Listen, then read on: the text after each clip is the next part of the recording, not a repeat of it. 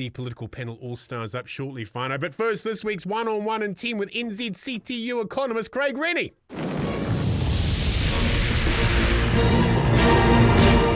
Kia ora, comrade. Welcome to the show and thank you for being available to the Fourth Estate. Your democracy is grateful. Thank you. I just want to put a quick plug in here to actually defend penguins.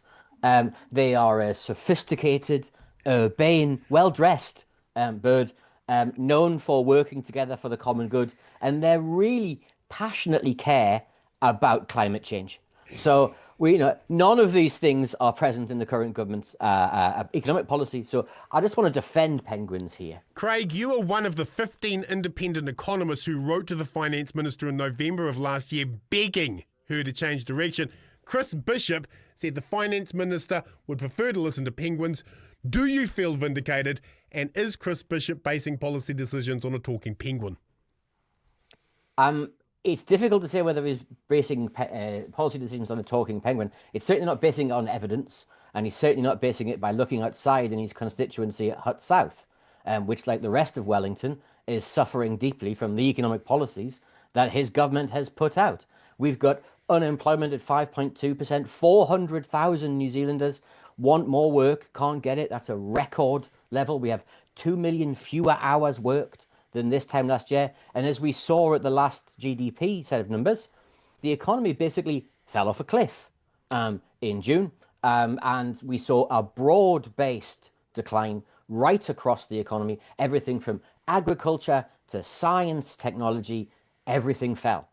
We've got real challenges out there, and I just hope he's getting advice from somewhere, be it a talking penguin or somewhere else. Finance Minister Nicola Willis blamed Donald Trump's April 2nd Liberation Day global tariff shock for the slump. John Key has blamed the Reserve Bank's slowness in cutting the OCR, and Chris Luxon has blamed the COVID spending by Labour. However, the abrupt halt in early 2024 to discretionary capital spending on housing, roading, hospital planning and school building shocked the construction, infrastructure and local government sector. It's the government's own policies that has triggered this collapse, isn't it? Well, if you look at the construction sector, for example, the data from Stats NZ shows that construction is down 9.4% from this time last year.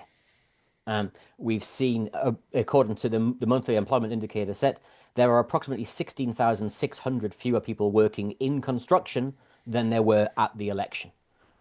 We saw a loss in residential investment, 1.9% fall in residential investment, but also a big fall in the investment in plant, in equipment, in the other things that would be driving future economic activity.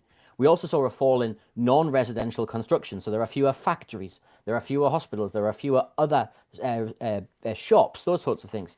All of these things are telling you that not only is there going to be less economic activity now, but there's going to be less economic activity in the future, because these are the kinds of leading indicators that tell you that actually things, that there's not going to be any investment, which means there's no jobs. No jobs means no spending means no investment, and we go round and round this cycle. The reason these austerity tactics by the government aren't working the way they did in 1991, 1999 and 2008 recessions is because private debt levels make it impossible for people to take on more debt. All Nicola's austerity program has done this time around is attempt to shift debt to people who can't afford any more debt. Your thoughts?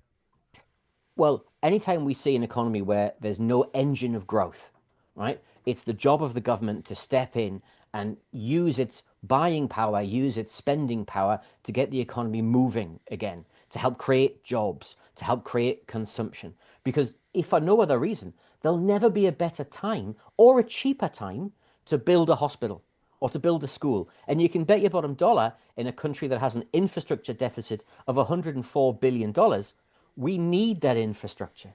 So now is the time to be doing it. But instead, what we've done is we've taken away that engine of growth from the government. We've taken away that engine of growth from private consumption, because people aren't going out and spending money because they're terrified about where their jobs are. So they're paying down debt. They're using falls in interest rates to pay down their mortgage faster, because the government, having told everyone to rein it in for a bit, having told everyone that they need to slow down their spending, have guess what? They've slowed down their spending. They've taken away the confidence in the economy. And that lack of confidence is what we're seeing in the data here. We have the ability to borrow a lot more public debt without any real damage to the economy. But what National have done by locking us into the debt straitjacket is to pretend that we can't borrow more while also cutting revenue. That is creating a structural deficit. Indeed, Dr. Eric Crampton from the New Zealand Initiative, hardly a card-carrying member of the Communist Party, has argued Nicola Willis has built in a structural deficit. At what point does the credit rating agencies take notice of this? Well, they'll start to take notice of this, especially if the economy continues not to grow. Plan to get the economy moving again. The government's growth mantra now rests on selling gold card visas to rich migrants in the hope of reinflating a speculative property bubble. Is that an economic vision or vacant hope held together by snot? I think snot's too strong a phrase for the structural element that's holding this particular plan together. If we're selling visas, great, right? Fine, right? That's not a plan, right? We're currently losing a New Zealander every 7 minutes and 11 seconds. A New Zealand passport holder, right? That was, it was 2-3 times that before COVID, right? We're losing them. We lose 73,400 people last year. So we can sell a few thousand visas, right? That's fine. But we're not making up for the fact that we lost Palmerston North last year. Yeah. Right? Now, we've got to say, well, what are the long run challenges in the New Zealand economy and how are we delivering growth in the long run? Good, well paid, sustainable jobs. We have an energy crisis in this country, which is driving manufacturing out of business. Manufacturing fell 3.5% last year. Manufacturing output is down at levels at 2012. Wow. Right? We are rapidly deindustrializing, and a big part of that is actually energy costs, and there is no energy plan. So we've got some big questions to ask. Flogging a few visas to some people who may otherwise, who have no other reason apart from they just want a New Zealand passport, that's not a plan. That's just, you're hoping to import some more mates so that when the apocalypse turns up, you've got someone to turn to. It's, this isn't a future plan at all. Doesn't this extraordinary economic meltdown demand more clarity in terms of what actually happened with the Reserve Bank fiasco? It looks like Orr was sacked for refusing to walk away from high capital requirements for the banks. But shouldn't we have greater guardrails for banks if the economy's on the skids? It's certainly really important that the economy and investors in New Zealand have confidence in an independent Reserve Bank and that the Reserve Bank isn't just doing the bidding of the government. And that's really important, not just for one government. That's actually structurally important. That's something you don't want to get wrong, because if you lose credibility in that space, it takes a very long time to get that credibility back. And you're going to pay more in your debt interest, not only the government, but mortgage holders are going to pay more in their debt interest if you lose that credibility, because lenders will demand higher rates if they don't believe that the Reserve Bank is going to keep inflation under control. That means that transparency is absolutely critical here.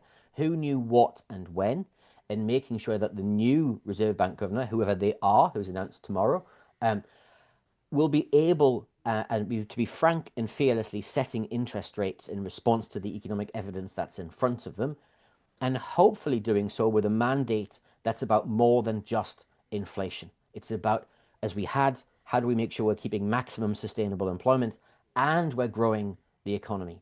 And if you want an example of a country that works really well, those are actually the three mandates of the Australian Reserve Bank, where inflation is lower, where the economy is growing by 1.8% a year, and unemployment is 4.2%. So it can work, but we should have much higher levels of confidence and transparency right now than possibly many people do in the Reserve Bank. There has been an explosion of industrial action from teachers to doctors to nurses. You are with the Council of Trade Unions. Why is this government so hostile to workers and the state